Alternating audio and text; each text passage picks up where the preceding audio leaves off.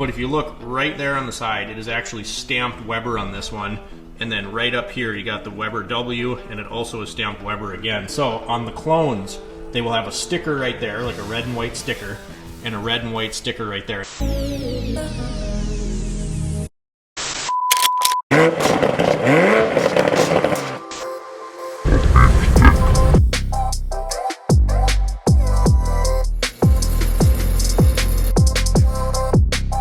Alright, so this is the thing I hate about going to the pick and pull. Hopefully, we got about everything that we need.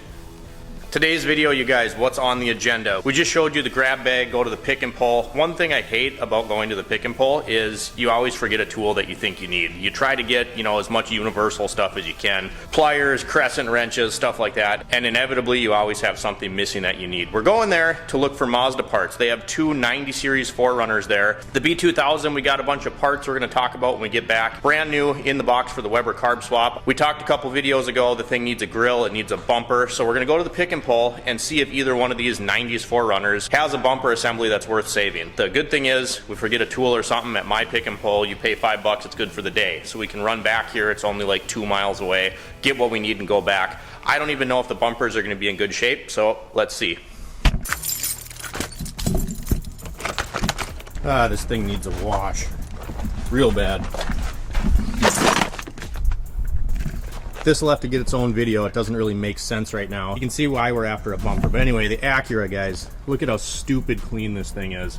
Really, really nice car. We just got this on trade for a bunch of work we did. I really need to leave this thing alone, you guys, but I already bookmarked the 6-speed swap, but I'm really excited to have this car. Well, we made it in, and it looks like they've kind of rearranged a little bit, so we got to go try to find the Toyotas.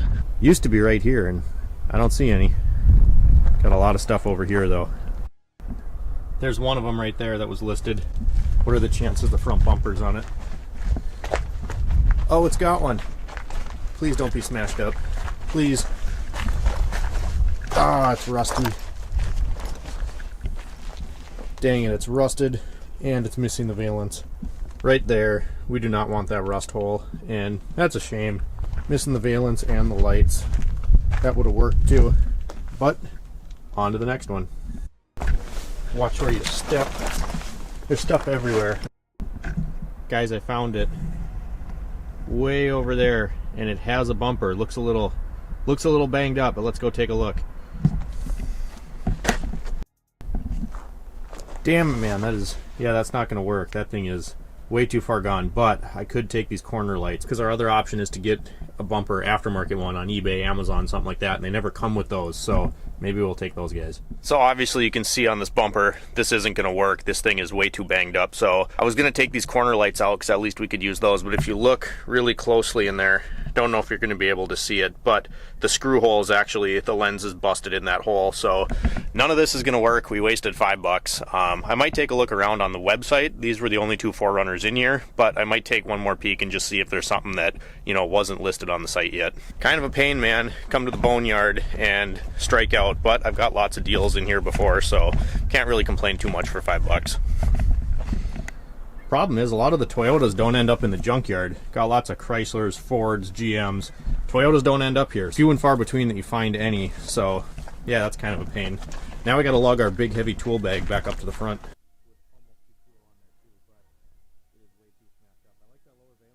Come here, Sam. Whoa, we're way too close.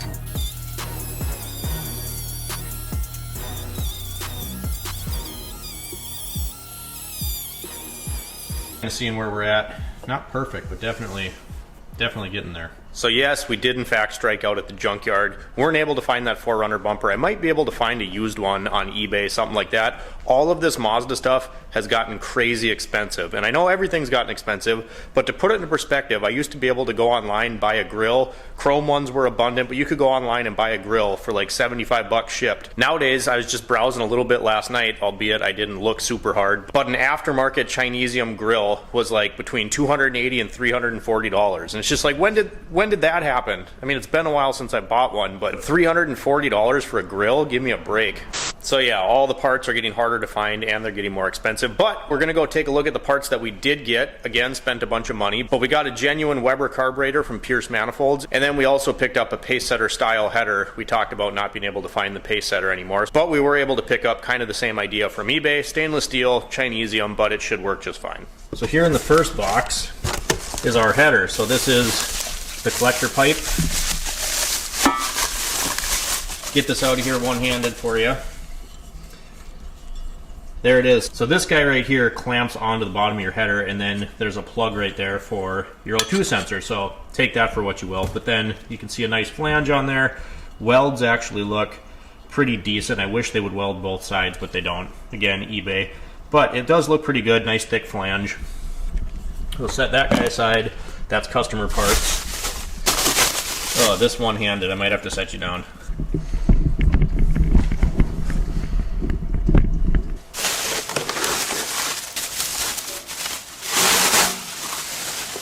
So there is the header itself, collector down here. Get a look at those welds, they don't look too bad. The whole thing actually looks pretty good. Ironically here, they welded just partially on the outside of the flange. Then if we look on the inside there, it's actually welded all the way around. Flange looks nice and straight, put a straight edge on there. Looks okay, so we got that. And then here is all our hardware. Now these exhaust gaskets, I might just use the multi-layer steel that was already in the car. We'll put some of that copper spray on there, or if we use this, we'll use the copper RTV. These style cheap gaskets that come with exhaust stuff, never had great luck with. I don't know, we might use it. That clamp is for that collector, and then we got some hardware for the clamps, and yeah, this should work great. So there's the first goodie. Again, when I used to buy the pace setters, they'd be like 150, 160 bucks. This is obviously an eBay knockoff kind of deal, and this guy was $178. So that part really wasn't too bad, you know, over the last 10 years or so. So this is the real prize right here, distributed by Redline, Weber carburetor. Get rid of all that emissions junk on the truck. So there's only like 2 places in the US now that you can actually order a Weber carburetor. One of them is Pierce Manifolds. I used to get these on eBay, and you could get genuine Weber carburetors that way on eBay, and they were about 275 bucks. This guy right here was over $500 now. Granted, it's been, you know, 10 years since I bought one of these, but you really have to be careful nowadays. There's so many clones out there, and people tell you all sorts of stuff about how to identify a clone versus a real one. The clones you can get, I've seen them as cheap as like 185 bucks to about that $300 range. They're not the same. They even come in this same box, you guys. The Chinese will rip off anything. Pierce Manifolds will get you a genuine Weber carburetor. So we're going to open it up, show you what's all included in this kit. This is a 3236 with an electric choke, and it comes with the adapter plates, all that good stuff. I even just love this box, you guys. I might cut the other side off and like frame it or something. I don't know why. I always like the Redline box. We go in here, up on here, got our air cleaner. Set that aside. Comes with the DVD to tell you everything that you're doing wrong, but no, this actually pretty useful. It'll tell you kind of installation instructions, stuff like that. Has tips and tricks in there. Here's some hardware linkage, and then you get a fuel hose, so they give you a clamp for that. Set that over here. These are your 2 adapter plates that you'll use to go on your manifold. Got to modify that, and then you got to put a gasket in there, stuff like that. We did get a spacer to help with heat soak. That hasn't shown up yet, but that'll go between the carb and the manifold. These plates sometimes show up warped, so I do recommend sanding these, getting a straight edge. Make sure that they're good before you install everything. Comes with a chunk of fuel line as well, so recommend using this versus your old crusty one that's in there. Now we can look at the actual carb. So there it is, looks like a carburetor, pretty simple, brand spanking new. You're gonna have to bear with me holding this up one-handed to show you what the whole carb looks like. But if you look right there on the side, it is actually stamped Weber on this one. And then right up here, you got the Weber W, and it also is stamped Weber again. So on the clones, they will have a sticker right there, like a red and white sticker, and a red and white sticker right there. The problem with the clones, from what I have read, I have never ran a clone on a B-Series truck. I've always run a genuine Weber. The problem that they have is where this throttle plate goes through. On the sides here, the metal's not the same, you guys. The Chinese are great at copying stuff. It'll look really good, but what is the casting material they're using? You know, what's the quality of the metal itself? And the issue that people are running into is this casting material, this aluminum, magnesium, whatever they're using on the clones, where the throttle shaft goes through, eventually eats a hole in here and you get a nasty vacuum leak. I've heard of guys having this issue as soon as a year after installing it on your truck. So in my opinion, if you're spending between $180 to $300 to get a fake one, and maybe not all of them have that issue, but if you're spending that kind of money, I'd rather spend a little over $500 and get one that I know is known quality. So watch out for the stickers, watch out for the casting marks. So that's what I had for you today, guys. I am disappointed we weren't able to show you pulling one of those Toyota bumpers. So 3rd gen 4Runner, I think it's like 92 to 97, but that in there somewhere is the year range people use to put the Toyota bumper on their B-Series trucks. I think they look way better than having the stock Mazda bumper on there, so I do want to find one. I'm going to keep trying. There's a few junkyards in town I can call and see if they have anything. That was just the only pick and pull that we have, and I saw that they had 2 90s 4Runners, so I figured it was worth the $5 to get in there and check it out. The TSX, I'll get that in its own video. The thing has 211,000 miles on it, and it's literally virtually